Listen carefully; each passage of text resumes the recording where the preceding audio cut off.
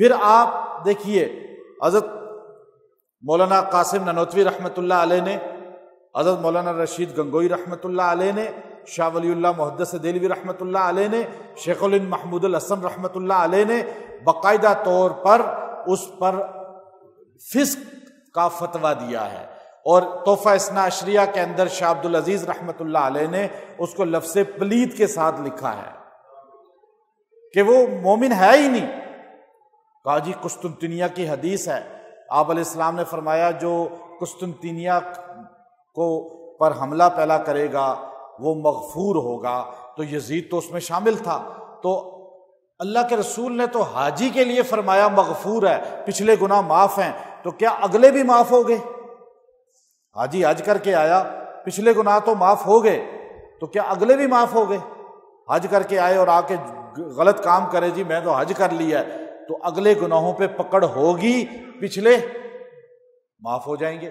اب اس نے قسطنطنیہ پہ حملہ کیا، اس وقت حضرت معاویہ بن ابی سفیان رضی اللہ تعالیٰ عنہ زندہ تھے، اور اس وقت پچھلے گناہوں کا اللہ نے کہا، اس وقت وہ صحیح تھا، بالکل ٹھیک تھا، نمازی تھا، اور اس کے اندر خوبی تھی، لیکن جب اس کو حکومت ملی تو اقتدار کے بعد لوگ اپنا دین بیچ دیتے ہیں اکثر، پھر ان کا کوئی عقیدہ نہیں رہتا، اکثر کرسی ان کا عقیدہ ہوتا ہے، تو پھر اس کے اندر فسق و فجور نمایاں ہوئے، اور وہ بعد کی چیز ہے، بعد میں جو اس نے غلطیاں کی ہیں، 3 وجہ سے علماء نے لکھا کہ وہ اللہ کی گرفت میں آ جائے گا قیامت کے دن۔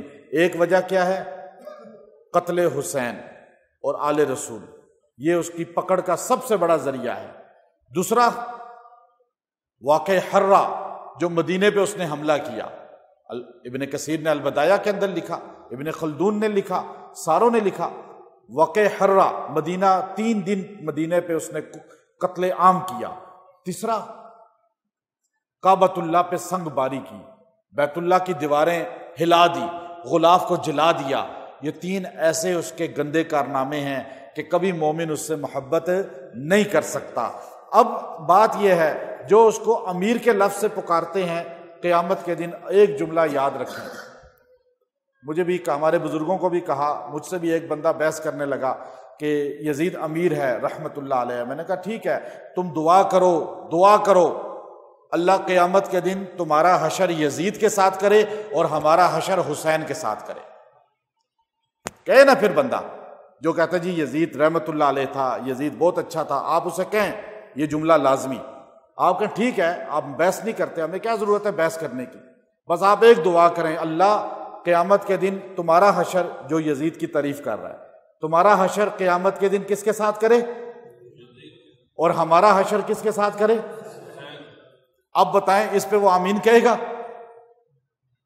بحثیں کرے گا، کتابیں لکھ دے گا، تعریفیں کرے گا ٹی وی پہ بیٹھ کے یا سوشل میڈیا پہ، اس دعا پہ آمین؟ کیونکہ اندر چور ہے نا۔ اہل بیت کے مقابلے پہ یاد رکھیں، ہم صحابہ کے غلام ہیں، صحابہ کے۔ قرآن نے صحابہ کی تعریف کیا کہ وہ جنتی ہیں، صحابہ کے علاوہ کسی کی نہیں۔ اچھا، حضور نے فرمایا کہ میرے صحابہ سارے مغفور ہیں، جنتی ہیں۔ صحابہ کو دیکھنے والے بھی تابعین، یزید نہ صحابی ہے نہ تابع ہے، صحابی بھی نہیں ہے، تابعی بھی نہیں ہے۔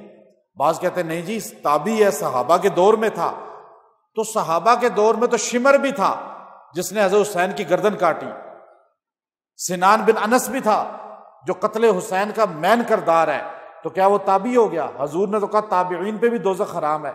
تابعی اور صحابی کی تشریح سمجھیں، صحابی اس کو کہا جاتا ہے جس نے حالت ایمان میں صحبت پیغمبر اٹھائی ہو، حضور کی صحبت، مجلس، زیارت ایمان کی حالت میں، عمل شرط نہیں ہے۔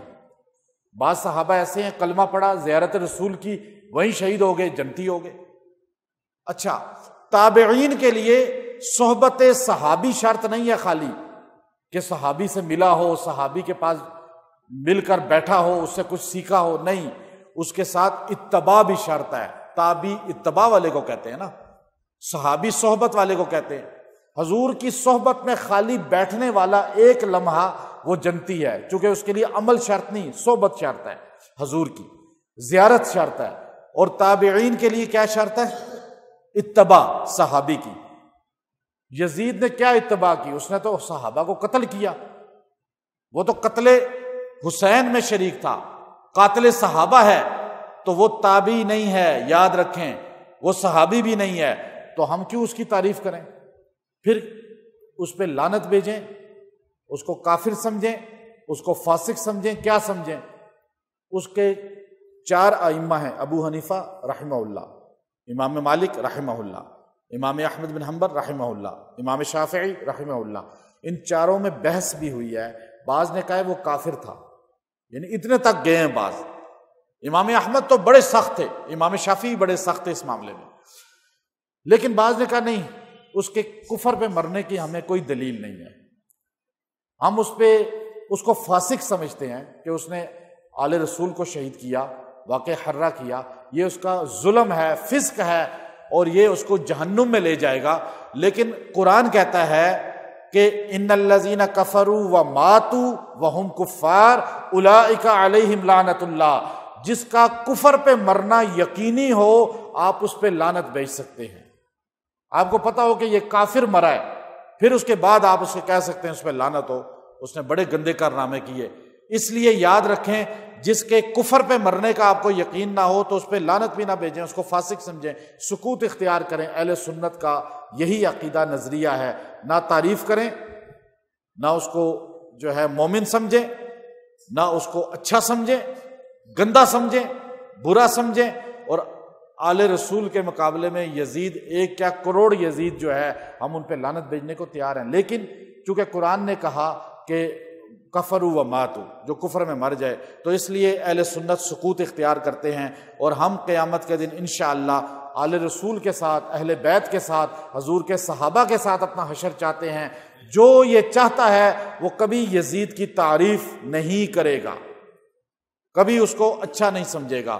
اب یہ چونکہ اور بھی واقعات ہیں جس میں اس نے کردار ادا کیا، لیکن انشاءاللہ یہ ہمارا یقین ہے کہ حضرت حسین رضی اللہ تعالیٰ عنہ زندہ ہیں، جاوید ہیں، اور وہ لوگوں کے دلوں میں آج بھی حکومت کر رہے ہیں۔ یزید اپنی حکومت بچا نہیں سکا، 3 سال بعد تو ویسے ہی مر گیا بیماری کے اندر، لیکن آج تک اس کا نام ذلت سے لیا جاتا ہے۔ عزت ہمیشہ آل رسول والوں کو ملتی ہے، تو اللہ ہمیں ان کے ساتھ حشر کرے۔ ایک جملہ میں ان کے لیے کہتا ہوں، دھڑک دھڑک کے بول اٹھا صدا صدا حسین ہے۔ دل بولتا ہے نا سب کا، صدا کون ہے؟ ابھی ہمیشہ عزت کس کی ہے؟ حسین کی ہے نا۔ دھڑک دھڑک کے بول اٹھا صدا صدا حسین ہے، شان اہل بیت دیکھ سبھی کے سب مثال ہیں، حسین سا کوئی نہیں، حسین بس حسین ہے۔ عمر سے چل عمیر تک، بشر سے چل بشیر تک، بڑے بڑے یہ کہہ گئے حسین بس حسین ہے۔ عجب لڑی ہے جنگ بھی حسین نے یزید سے، عجب لڑی ہے جنگ بھی حسین نے یزید سے، ہو اس سے بڑھ کے جیت کیا، یزید تھا حسین ہے۔ یزید، سارے بولے یزید تھا حسین، آج ہے یا نہیں؟ ہر بندہ حسینی ہے یا نہیں؟ حسینی وہ ہے جو اہل بیت سے محبت کرتا ہے، حسینی وہ ہے جو آل رسول سے محبت کرتا ہے، حسینی وہ ہے جو ابو بکر و عمر عثمان و علی رضوان اللہ علیہم اجمعین سے محبت کرتا ہے، وہ حسینی ہے۔ اور اللہ ہمیں قیامت کے دن حضرت حسین کے ساتھ اٹھائے۔ وآخر دعوانا ان الحمد للہ۔